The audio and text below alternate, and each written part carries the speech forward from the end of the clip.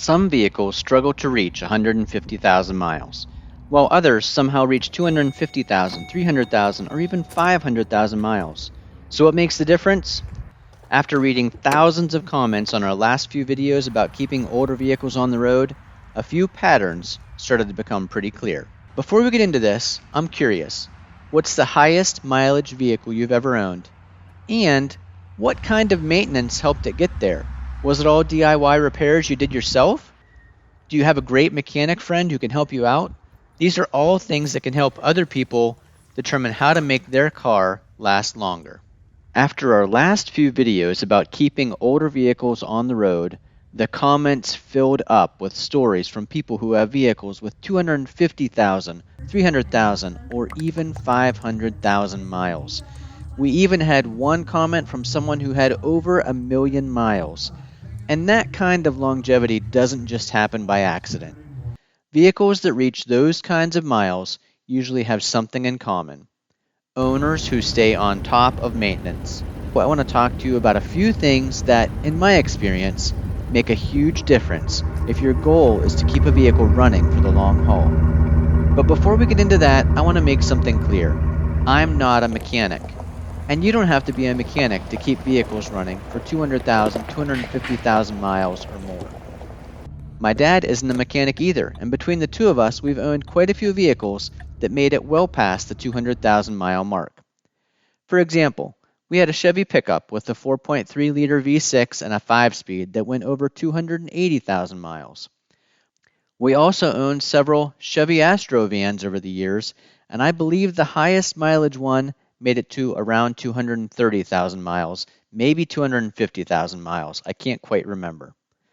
And there was a Ford Explorer that I had that went well over 225,000 miles. Now we can handle basic maintenance and simple repairs ourselves, things like oil changes, brakes, filters, and general upkeep. But when it comes to more complicated work, I've always relied on a good, trustworthy mechanic. And honestly, that's one of the most important things you can do if your goal is to keep a vehicle for a long time. If you're not comfortable doing repairs yourself, find a mechanic you trust, someone who will give you honest advice about maintenance and repairs and help you stay ahead of problems. Because keeping a vehicle running for hundreds of thousands of miles isn't really about being a master mechanic. It's about paying attention, doing regular maintenance, and getting good advice when you need it. The first thing I want to talk about is oil changes. This is probably the single most important thing you can do for the life of an engine. Most modern vehicles have a computer that tells you when the oil life is getting low, but personally, I don't rely on that alone. If a vehicle is used in heavy conditions, dusty environments, for a lot of towing, or a lot of short trips, I think it makes sense to change the oil more frequently than the manual recommends. In our case, some of the vehicles see pretty tough use. Our truck, for example, spends time towing, hauling, and working in dusty conditions. Because of that, I'd rather change the oil too often than not often enough. I also prefer to use high-quality oil and good filters. You've probably seen in the past videos that I use AMSOIL products, and in my opinion, it's just cheap insurance for the engine. Now here's a controversial opinion. If you have an engine that's burning oil or leaking oil, maybe a quart every week or two, I probably wouldn't spend the extra money on premium oil. At that point, I'd just run something affordable and keep it topped off.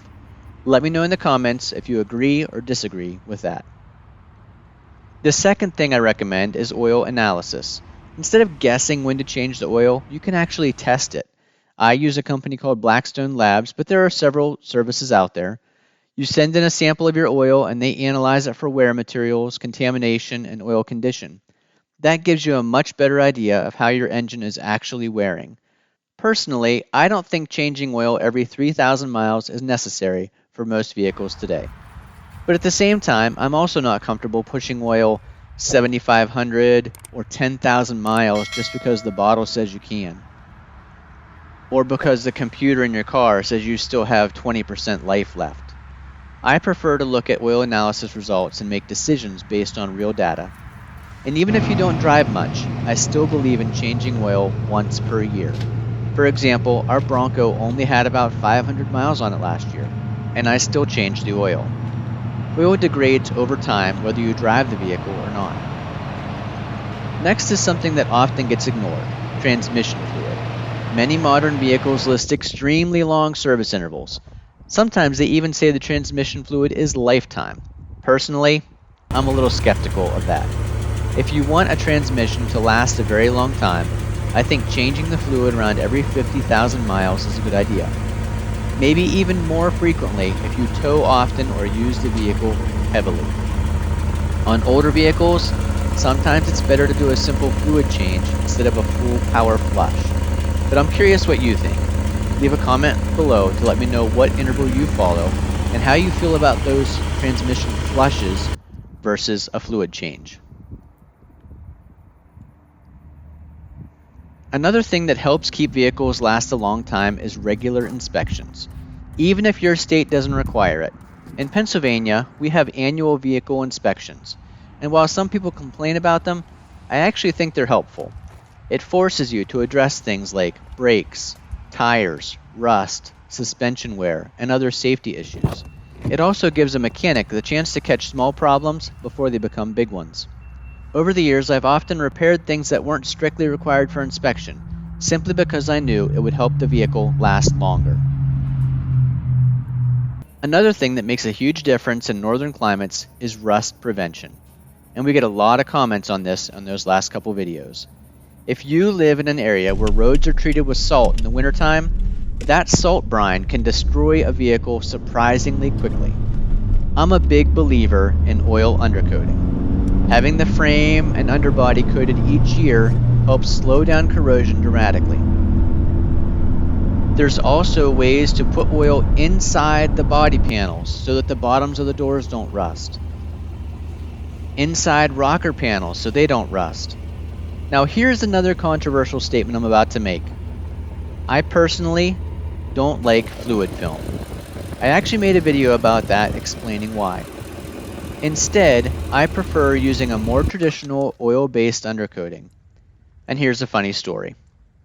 One time when we were in Tennessee with our expedition on vacation, we needed some surprise brake work done. The mechanic looked underneath the vehicle and said, "There's no way you're making it back to Pennsylvania in this thing. It is leaking oil everywhere, from front to back." What he didn't realize is that the entire undercarriage was coated with oil undercoating. Where we live, that's actually pretty common. In Tennessee, evidently not so much. Finally, something simple but important: washing and inspecting your vehicle regularly. Hand washing a vehicle forces you to really look at it. You might notice things like small rust spots starting, fluid leaks, loose parts, or damage that needs attention. An automatic car wash doesn't really tell you any of those things. But when you're washing the vehicle yourself, you're naturally inspecting it at the same time. And you're catching those small issues early, which can prevent much bigger problems later. At the end of the day, vehicles that reach 250,000, 300,000, 400,000, or even over 1,000,000 miles usually have one thing in common: owners who pay attention. They stay ahead of maintenance, they fix small problems early, and they treat the vehicle like something they want to keep for the long haul.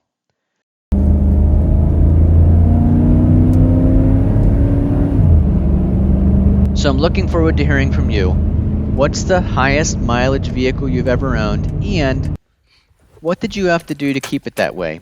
Let me know in the comments, and thanks for watching. If you found this video informative and entertaining, please give us a big thumbs up. Leave those comments down below.